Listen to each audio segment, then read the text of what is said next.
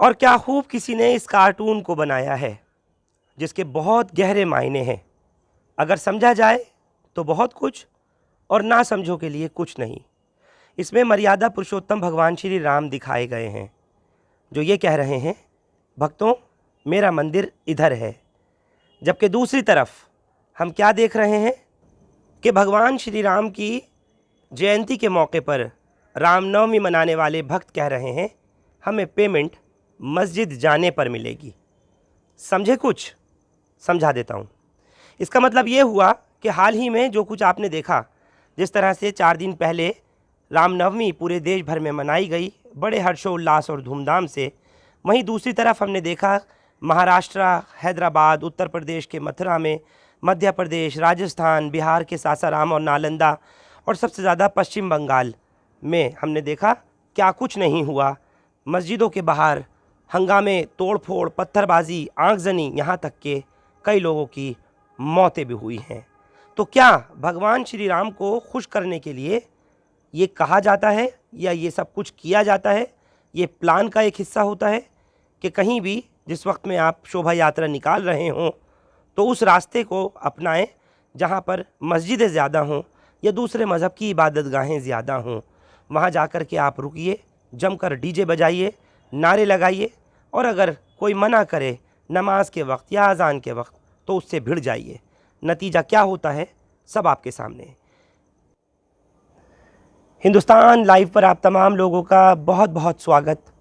आप सबका खैर मकदम करता हूँ।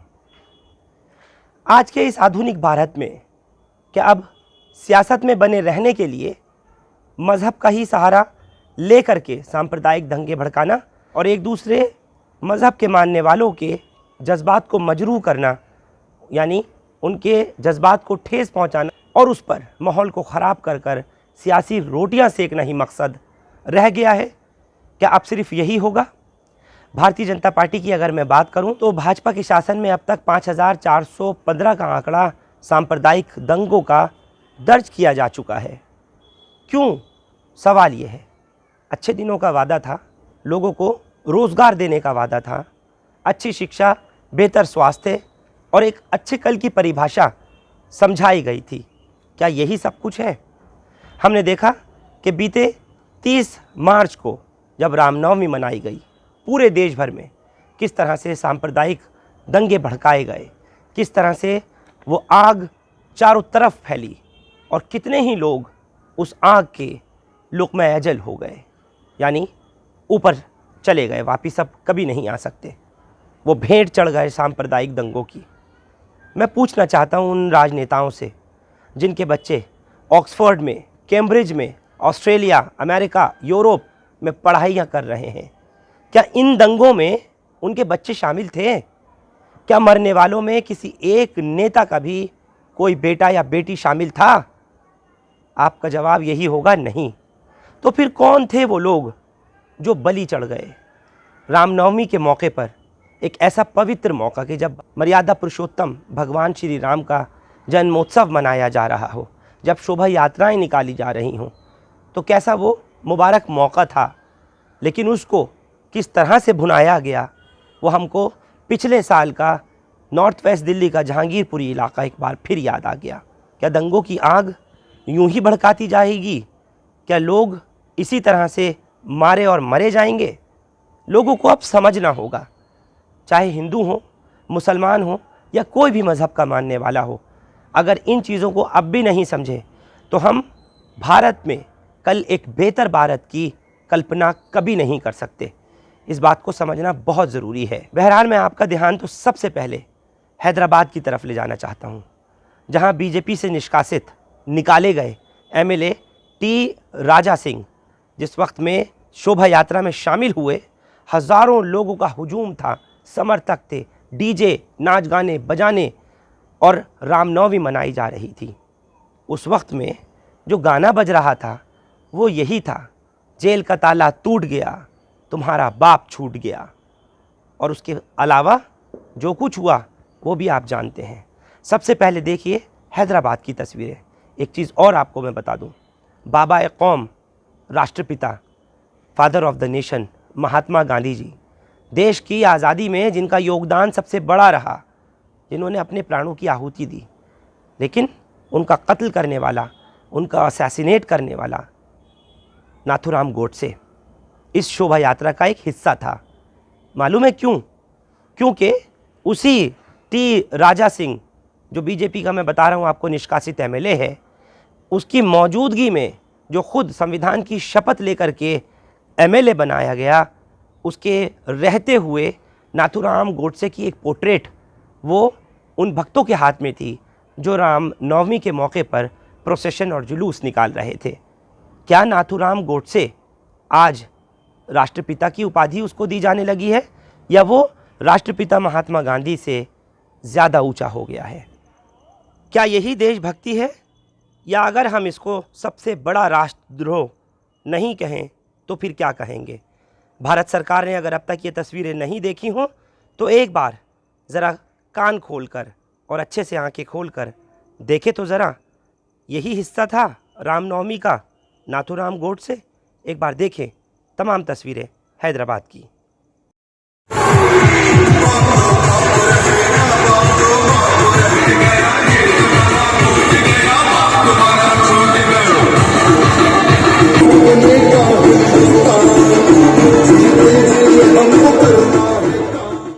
हैदराबाद के बाद अब देखिए महाराष्ट्र की तस्वीरें।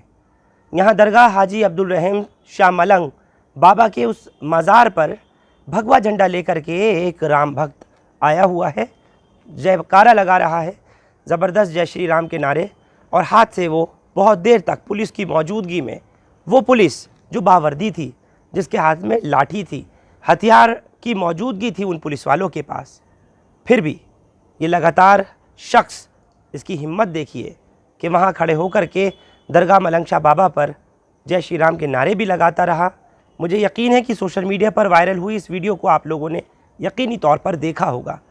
लेकिन आपको ये भी बता दूं कि अब तक महाराष्ट्र में इस शख्स के और इसके कुछ साथियों के ख़िलाफ़, जिसने आकर के दरगाह के आहते में ये सब कुछ किया जो कि नहीं करना चाहिए था, सांप्रदायिक दंगा भड़काने की पूरी कोशिश की, मुसलमानों के जज्बात को ज़रूर ठेस पहुंचाने की कोशिश की, लेकिन गनीमत रही कि कुछ नहीं हुआ।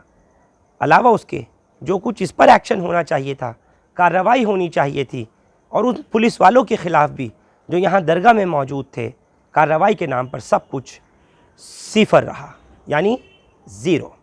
देखिए एक बार दरगाह हाजी अब्दुल रहम शाह मलंग की ये तस्वीरें। जय श्री राम, भवानी शक्ति दे, मलंगडाला मुक्ति दे, भवानी शक्ति दे, मलंगडाला मुक्ति दे। जय श्री राम, जय श्री राम, भवानी शक्ति दे, मलंगडाला मुक्ति दे। महादेव, महादेव, जय श्री राम। सोशल मीडिया पर वायरल हो रही इस वीडियो को भी आपने देखा होगा, और जिन्होंने नहीं देखा वो गुजरात के वडोदरा की इस तस्वीर को भी देखिए।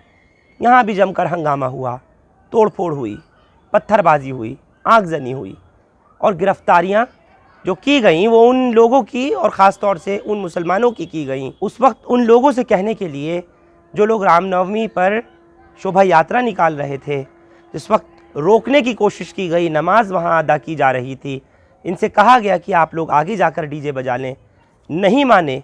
तो उसके बाद जो कुछ हुआ, वो ये तस्वीरें जिन्होंने नहीं देखी एक बार ज़रूर देखें।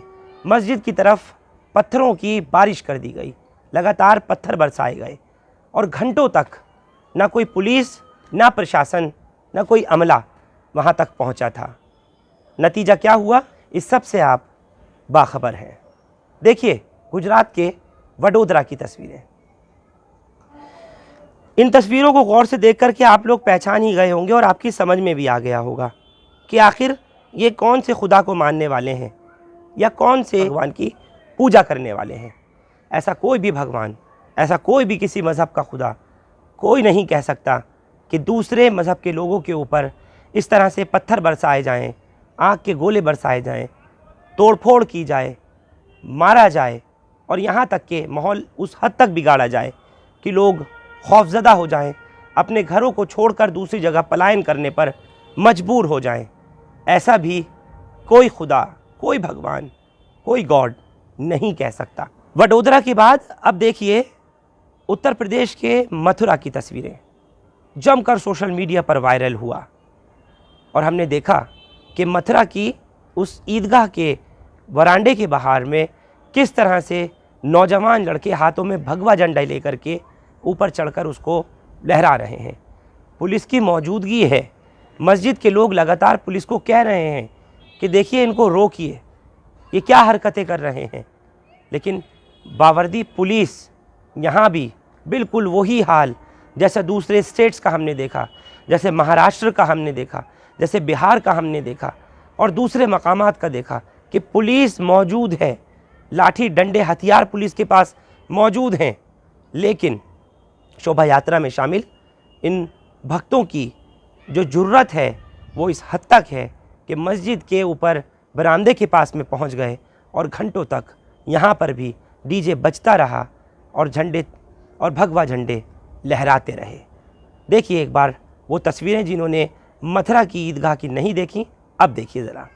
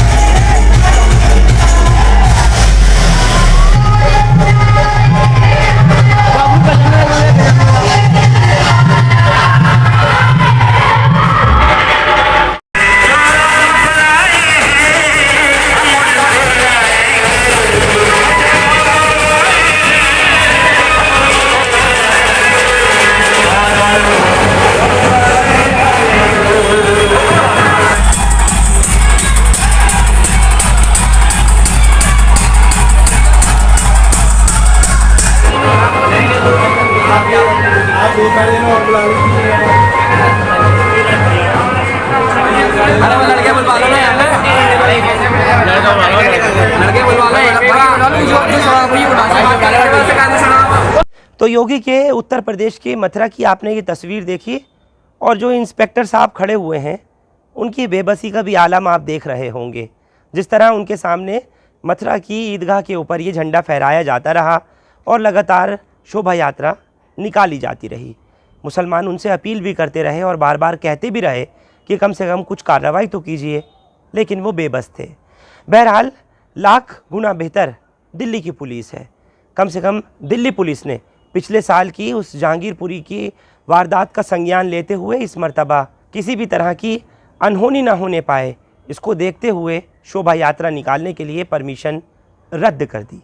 साफ तौर पर DCP north west district Jitendra Meena ने कह दिया था कि हम लोग इजाज़त इस बुनियाद पर नहीं दे रहे हैं कि लोग उसमें शरारती तत्व घुस जाएंगे और वो पिछले साल की तरह जहांगीरपुरी इलाके में आकर के, जहां हमने देखा था कि बंगाली जामा मस्जिद के पास सी ब्लॉक और के ब्लॉक के पास ज़बरदस्त हंगामा हुआ था, तोड़ फोड़, आगजनी, पथराव और सब कुछ हुआ था, वो दोबारा नहीं होने देना चाहते।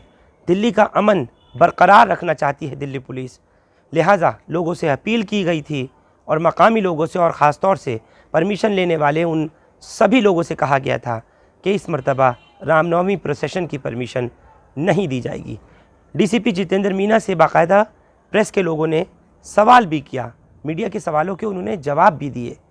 तर्क यही दिया था, शांति व्यवस्था बनी रहे और इलाके में कम्युनल हार्मनी, ब्रदरहुड, भाईचारा और पीसफुल एटमॉस्फेयर कायम रहे, यही एक मकसद था। तब का तब एक्शन लिया जाएगा जो भी देखते हैं। सर वो शांतिपूर्ण तरीके से कह रहे हैं कि हम निकालना चाह रहे हैं, इतनी भारी पुलिस फोर्स क्यों जहांगीरपुरी में? सर वो शांतिपूर्ण तरीके से जहांगीरपुरी का जो जिस तरह का यहाँ का इतिहास है और उस तरह को देखते हुए प्रिकॉशनरी हमने अरेंजमेंट मतलब रामनवमी का इस तरह से इतिहास है कि मतलब वो इस तरह से रामनवमी पर्टिकुलर नहीं है, जहांगीरपुरी चूंकि सेंसिटिव एरिया है तो उस तरह से प्रिकॉशनरी हमने अरेंजमेंट लगाया। जहांगीरपुरी सेंसिटिव एरिया में रामनवमी नहीं निकलेगी अभी यहाँ पर? नहीं, ऐसा नहीं है, ऐसा नहीं है। तो सर ये फुल फोर्स सभी राम भक्त जो हैं उनको बैरिकेटिंग लगाकर रोका जा रहा है। नहीं, भगवा किसी- ध्वज जो है किसी को नहीं- वो अंदर नहीं आने दिए जा रहे हैं। डीजे बज रहा है, आप सुनिए। बाहर वाला बंद कर आप सुनिए एक बार डीजे बाहर वाला सर, बाहर आप वाला। डीजे बज रहा है, सुनिए। बाहर वाला। तो सुना आपने, ये थे Jitendra Meena, DCP north west district. पूरी तरीके से सुरक्षा के तगड़े इंतज़ाम थे। जहांगीरपुरी के block, C block, E block, सब तरफ ज़बरदस्त सुरक्षा व्यवस्था थी।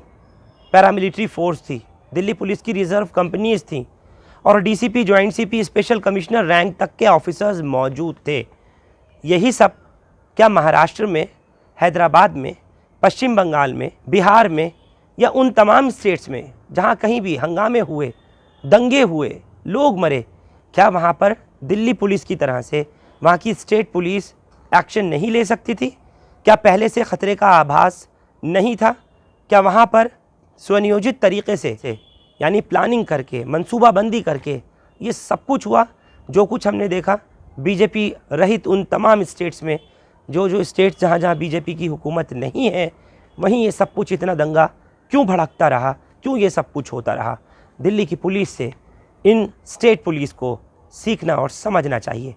बावजूद इसके हमने ये भी देखा कि राजधानी दिल्ली में, जहांगीरपुरी में, जहाँ के आपने सुरक्षा इंतज़ामात के बारे में डीसीपी से भी सुना अभी, वहाँ के लिए भी आह्वान किया गया था। अलग अलग गौरक्षा दल, विश्व हिंदू परिषद और न जाने कौन कौन से लोग वहाँ भी माहौल को ख़राब करने के लिए शोभा यात्रा में परमिशन नहीं होने के बाद भी लोगों को खुला निमंत्रण दे रहे थे कि आप आइए और जहांगीरपुरी की शोभा यात्रा निकलवाने में मदद कीजिए। लेकिन वो सब कुछ पीसफुली नहीं हो सका, निपट गया। जय गो माता, जय गोपाला। गोरक्षा दल दिल्ली से रोकी राणा, दिल्ली प्रदेश अध्यक्ष। दिल्ली के सभी गो भक्तों को, गोरक्षकों और मेरे हिंदू भाइयों को, सनातनी भाइयों को, सबको मेरी हाथ जोड़कर विनती है, जहांगीरपुरी 30 तारीख को सुबह 10 बजे श्री रामनवमी यात्रा, शोभ यात्रा में वहां पर जरूर से जरूर पहुंचे। और यहाँ तक दिल्ली के गो भक्त नहीं, सोनीपत वगैरह और जो हमारे दिल्ली के आसपास के क्षेत्र है, वहां के सभी गो भक्त वहां पर पहुंचे। आपको पता है कि पिछली बार जहांगीरपुरी में रामनवमी पर पथराव किया गया था। रामनवमी के उपलक्ष्य में दिल्ली जहांगीरपुरा रामलीला मैदान में जो हिंदू युवा मोर्चा की तरफ से शोभा यात्रा का आयोजन हो रहा है, उसमें सभी साधु संत हम तो पहुंच ही रहे हैं, बाकी पूरे भारत से जहां से भी ये लोग आना चाहें उसमें आए और इसकी शोभा बढ़ाएं भव्य से, क्योंकि हमारे सनातन धर्म को आगे बढ़ाने के लिए ये कार्यक्रम है। जय श्री राम।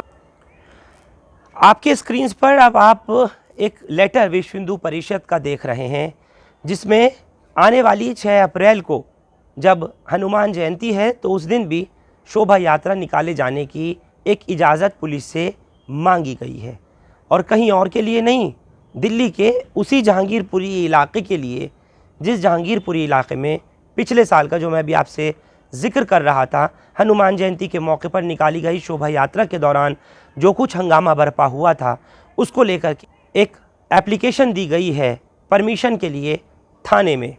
लेकिन पुलिस ने इसकी भी इजाज़त फ़िलहाल, खबर ये मिल रही है, नहीं दी है। विश्व हिंदू परिषद और बजरंग दल द्वारा दी गई इस एप्लीकेशन में लिखा हुआ है कि आने वाली 6 अप्रैल यानी थर्सडे को दोपहर 2 बजे से शाम के 7 बजे तक हनुमान जन्मोत्सव के उपलक्ष्य में विशाल शोभा यात्रा निकाली जानी है, जिसमें लगभग 600 के करीब कार्यकर्ता भाग लेंगे। ये शोभा यात्रा जहांगीरपुरी के ई ब्लॉक से बाबू जगजीवन राम ई और डी ब्लॉक रोड से होते हुए ITI रोड, BC रोड से, कुशल सिनेमा रोड से होते हुए GH ब्लॉक होते हुए A1 ऑटो मार्केट पर समाप्त होगी। अब देखना ये दिलचस्प होगा कि अब आने वाली 6 अप्रैल को दिल्ली पुलिस इस एप्लीकेशन को किस तरह से लेती है, और अलावा उसके जो संज्ञान में अब आया है पुलिस के, क्या रामनवमी की शोभा यात्रा की तरह से हनुमान जन्मोत्सव के लिए शोभा यात्रा पर परमिशन नहीं होगी। ये तमाम चीज़ें भी अब देखे जाने वाली बात होगी। हिंदुस्तान लाइव के माध्यम से आप सब लोगों से यही अपील करना चाहता हूँ, चाहे कोई किसी भी धर्म का, किसी भी समुदाय का है, किसी भी जाति का, किसी भी प्रांत का है, कि दिल्ली समेत पूरे भारत में अमन व अमान कायम रहे और शांति व्यवस्था बनी रहे। चाहे कोई भी त्यौहार हो, किसी भी मज़हब के मानने वालों के, इस तरह की कम्युनल टेंशन्स नहीं होनी चाहिए। लोगों को समझना चाहिए कि इससे किसका फ़ायदा और किसका नुकसान है। आप लोग हमारे साथ इस ख़ास पेशकश में जुड़े, आप सबका बहुत बहुत शुक्रिया। हिंदुस्तान लाइव फरहान याहिया यूट्यूब पर सब्सक्राइब कर सकते हैं और क्लिक कर सकते हैं बेल आइकन हमारी ख़बर की पहली नोटिफिकेशन के लिए। फेसबुक पर हमारा page Hindustan live Farhan Yahiya follow और लाइक कर सकते हैं। Thank you for now.